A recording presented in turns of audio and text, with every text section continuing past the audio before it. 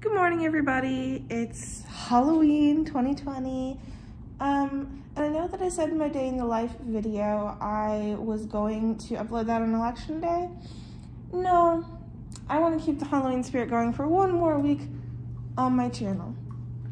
So, we're going on a self-guided Disney tour of Chicago today.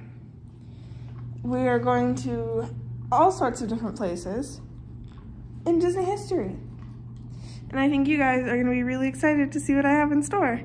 Also, we're going to be taking pictures for traveling cousins. You can't see it? Oh, a little bit right there. Angels in my backpack.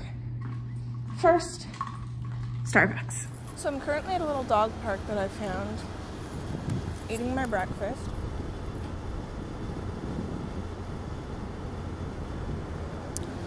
And yeah, I'm really excited. It's quite cold, but I have to get used to it because I'm going to be outside most of the day. So I'm going to eat my breakfast and then we'll get going.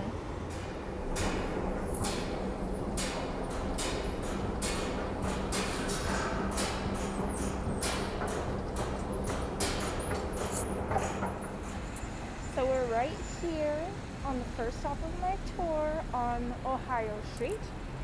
Sorry if you can't see my face, my glasses are fogging up because of my mask and the cold.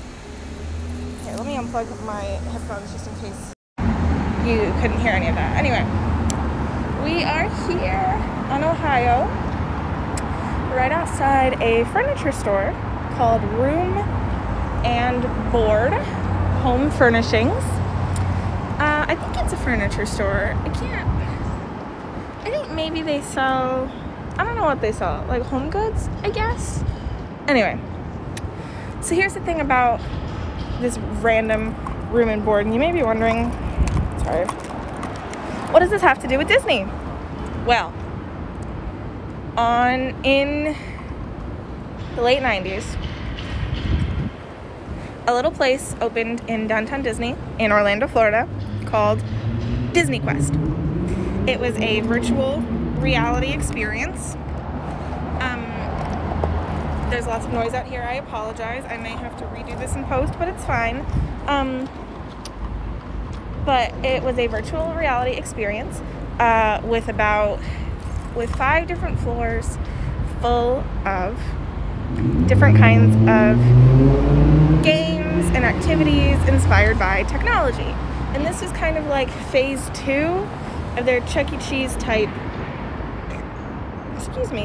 or more like Discovery Zone type place called Club Disney. And this was kind of like an expansion to that.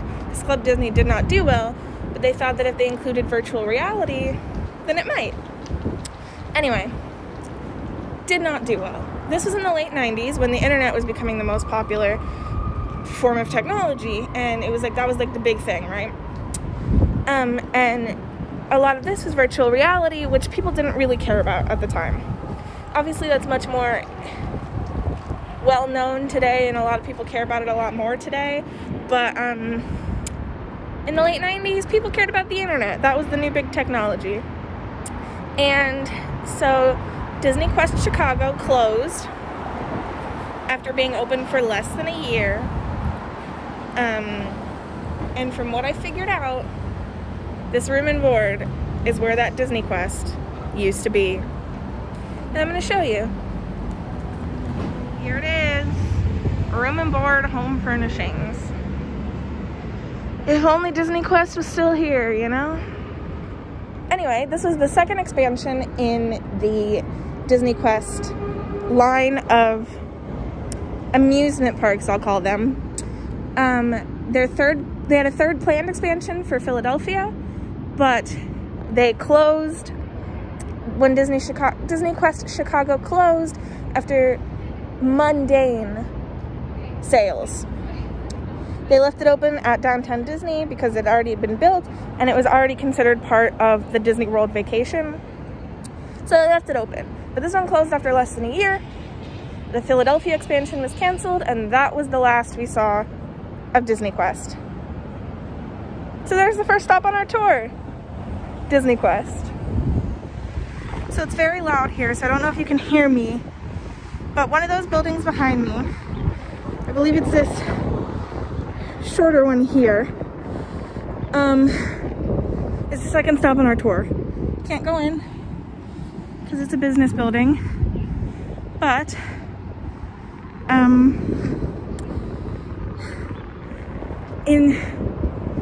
from Radio Disney's start of operation until 2014 when they got bought out, right there is where they used to record Radio Disney. I don't know a lot about Radio Disney. All I know is that they used to sponsor the Discovery Riverboats in Animal Kingdom in '98. But that's all I really know about Radio Disney. But they used to broadcast from here, so there you go. So the next stop on our tour is the flagship Chicago Disney store. But they don't let you film in there. So I'll just show you anything if I buy anything, but I don't think I will. So I'm at the train station on the way to our last stop, and I did buy something in the Disney store. I'll show you. I've been wanting it since I heard it was coming out, and they were on sale, so I bought one. I bought the Esmeralda doll. I have wanted one for so long. It's the only thing I wanted in the store, and I bought her. I deserve it. You guys are gonna love our last stop on the tour. I'm very excited. I'm like so excited, you don't understand. So I'm walking to our final location as we speak. I'm really excited. It's on Tripp Avenue, also known as Honorary Disney Family Avenue. And that's because we are going to Walt Disney's birthplace, the house that he lived in. And this is why I specifically chose to do it on Halloween, because Walt's father bought this house on October 31st, 1897. So it is the 123rd anniversary of the Disney family moving into this house. I'm very excited. So as we all know, Walt and his family moved to Missouri in 1905, I believe. He was 4 when he moved to Missouri, but he was born and lived in Chicago. And he lived in this house right here. Diana Waller, Walt's daughter, left a community library that was started in December of last year, as you can see right there. That's cool. Don't know what these cans of soup are about, but that's cool. This is where Walt was born and lived for the first 4 years of his life. There's an American flag there. He was a very patriotic person. But yeah, that's really cool. Wow, that's really, really cool. I love that. Reminds me of Lady and the Tramp, kind of, in like the turn of the century America. Love it. So something that I just noticed is that there's a candle in the window. And if you guys know the story of the fire station at Disneyland, Walt always had a candle lit when he was there to show that he was there. So his spirit is still here, I feel like, even if just a little bit. And that's the end of our tour. I don't want to film too much in this neighborhood because like people live here. It's an actual neighborhood. But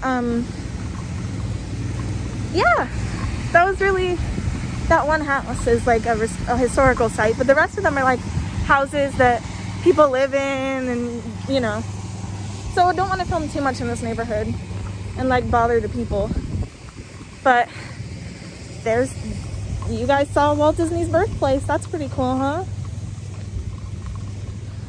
So yeah, I think that's the end of the video. Thanks for watching. And it was kind of short, but I had fun. I went on a tour of Disney Chicago hotspots, and I think that's pretty neat. And I got an Esmeralda doll, so yes, I'm very pleased with my tour. Thanks for watching. Subscribe, click the bell, all that YouTuber shit. You know how it is. Anyway, thanks for watching. See you next time.